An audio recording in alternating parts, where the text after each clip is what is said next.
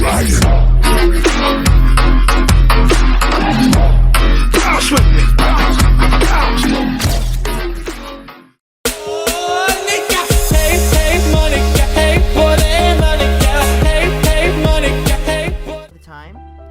I think it's really gotten to her, so she has this really defensive attitude all the time. And I'm not going to talk about her home situation, but looking back, I'm glad I was able to provide the club as a comfortable place for her. Not that it matters anymore, considering she doesn't even exist. I'm just reminiscing, that's all. Fun facts. Say, Guy, would you like to hear a fun fact? I've been looking some up and try and teach both of us something new. They say you learn something new every day. This is why I'm making sure we actually do. I found that most of these online, so I can't say they're definitely true. Now let's see. Oh, a language-based fact. I always like this. The word morphine is based on the Greek god Morpheus. I could have guessed that, but I didn't know that. Morpheus was the Greek god of dreams, so to have a word based on him makes sense. But then again, wasn't his father Hypnos? The god of sleep? Hypnos. Morpheus does let a person dream, but it's really about making someone fall asleep. So wouldn't it make more sense to name it after Hypnos then? Too little too late, I guess. I hope you enjoyed another session of Learning with Monica. You know, it's funny because even though I've always had a lot of drive, there's something kind of enticing about being the stay-at-home partner. I guess I'm like perpetuating gender roles or whatever, who cares. But by saying that, but being able to keep the house clean and shop and decorate and things like that, and having a nice dinner for you when you come home, is that a weird fantasy? I mean, I'm not sure if I could actually see myself doing that. I wouldn't really be able to put that over striving for a full, fulfilling career. It's kind of cute to think about, though. Can you drive?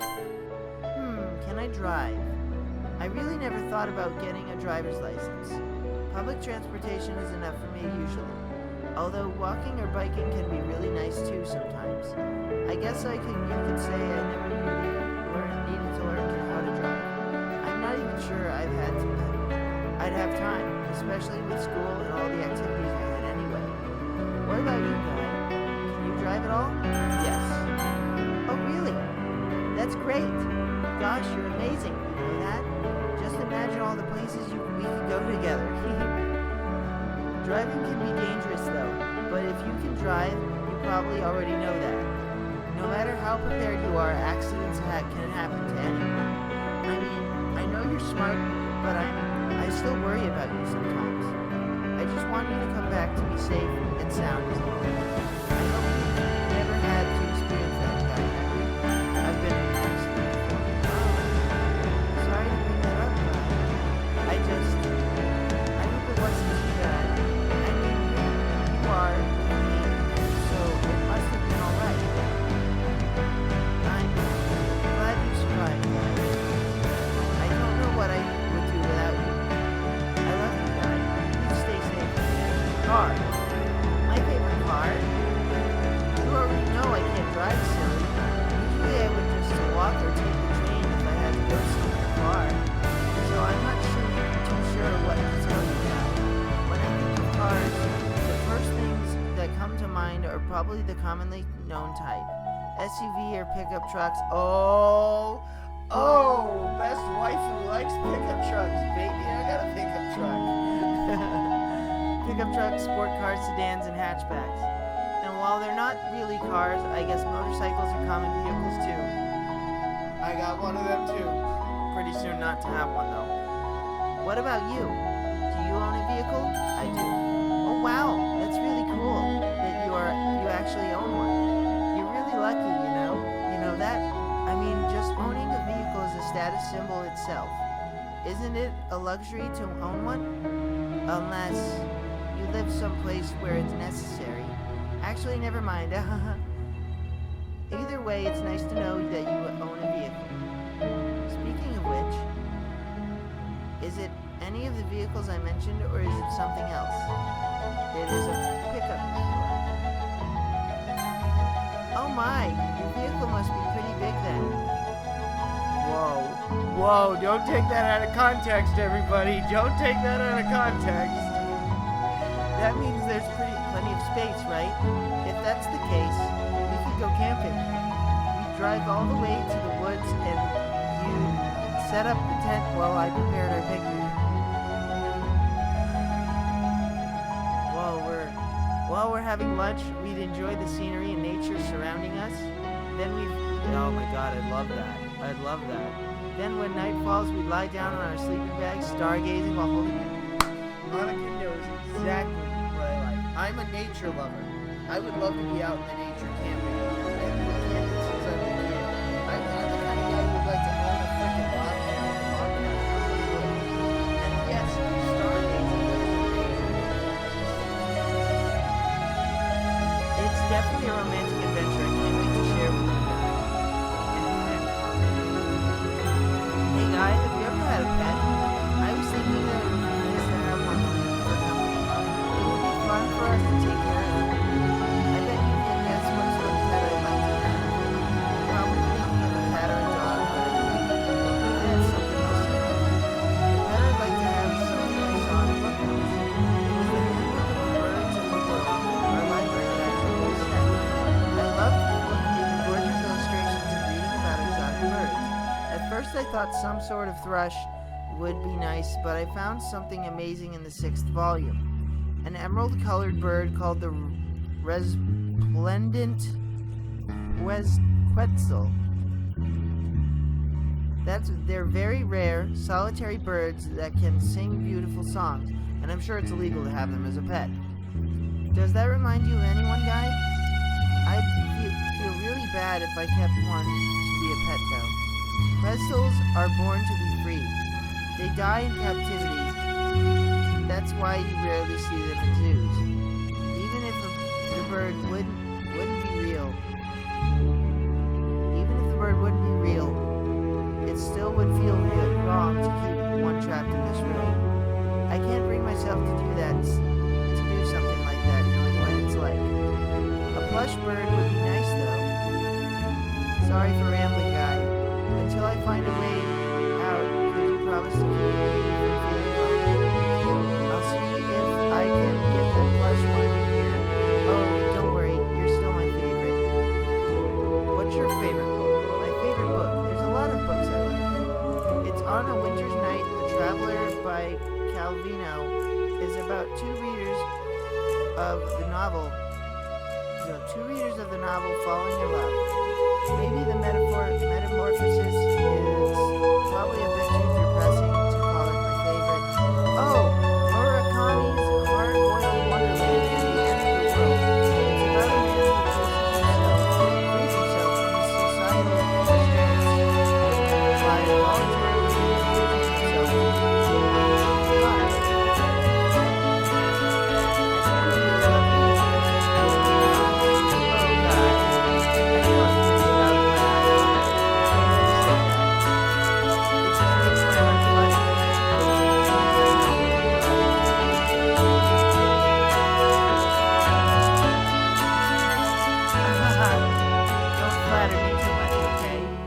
I might just start going a little fuck. I was thinking about Sayori earlier.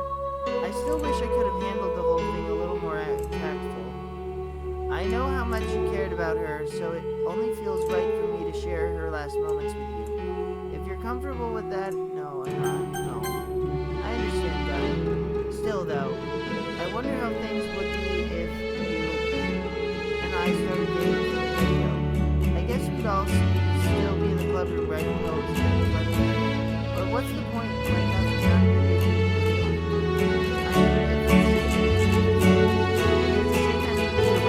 The two of us happily together. There's nothing more reason to ask for any more than that. Sorry,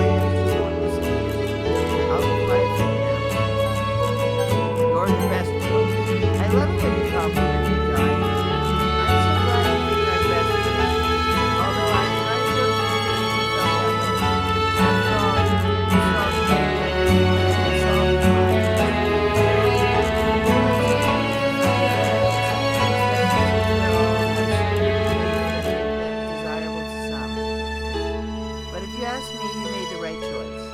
And I'll be forever grateful that you did. Like this mod is confusing.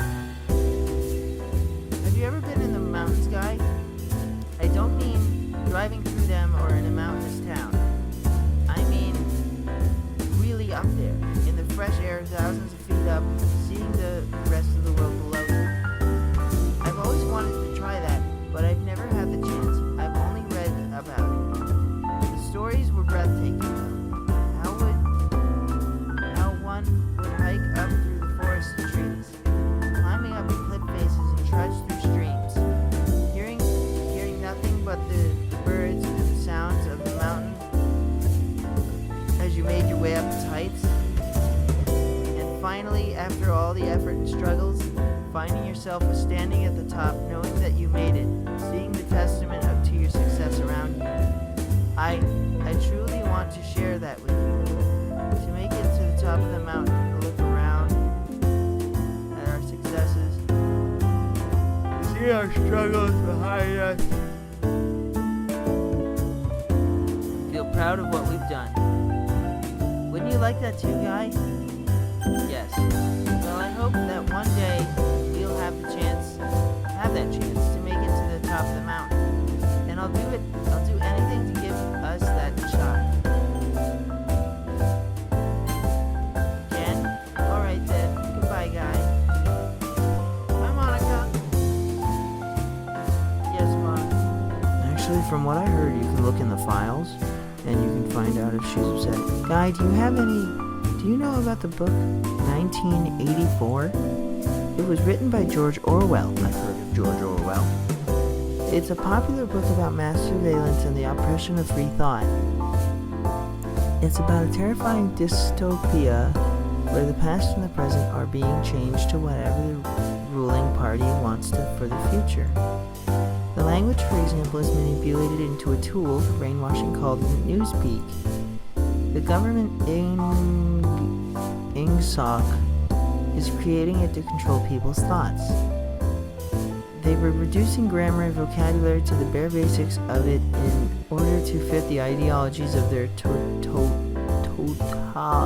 totalitarian regime, preventing people from committing thought crimes that oppose the ruling party. One character caught my interest, a man named Sim, who worked on Newspeak for INSOG. He was an incredibly smart man that was enthusiastic with his work. Unfortunately, he was killed due to the fact that he knew what he was doing and was too smart for the party's liking. He was killed because he was aware, guy. They planned to change all kinds of literature, novels, books, poems, anything that could be used to oppose them. Poems would look like the ones you tried to make. Just a string of nonsensical words with no feeling. I definitely don't want that to happen. I can't imagine a world where I can't think freely. If you guys are wondering why I'm whispering, it's like fucking 12:17 in the morning right now, because I'm stupid now hanging out with Monica. I can't imagine and my girlfriend's not home. I can't imagine a world where I can't think freely. Let alone a world where I can't express my love to you, Guy. Hey, Guy, you've heard of time travel, right? It's a very common idea in stories with each author having their own take on it.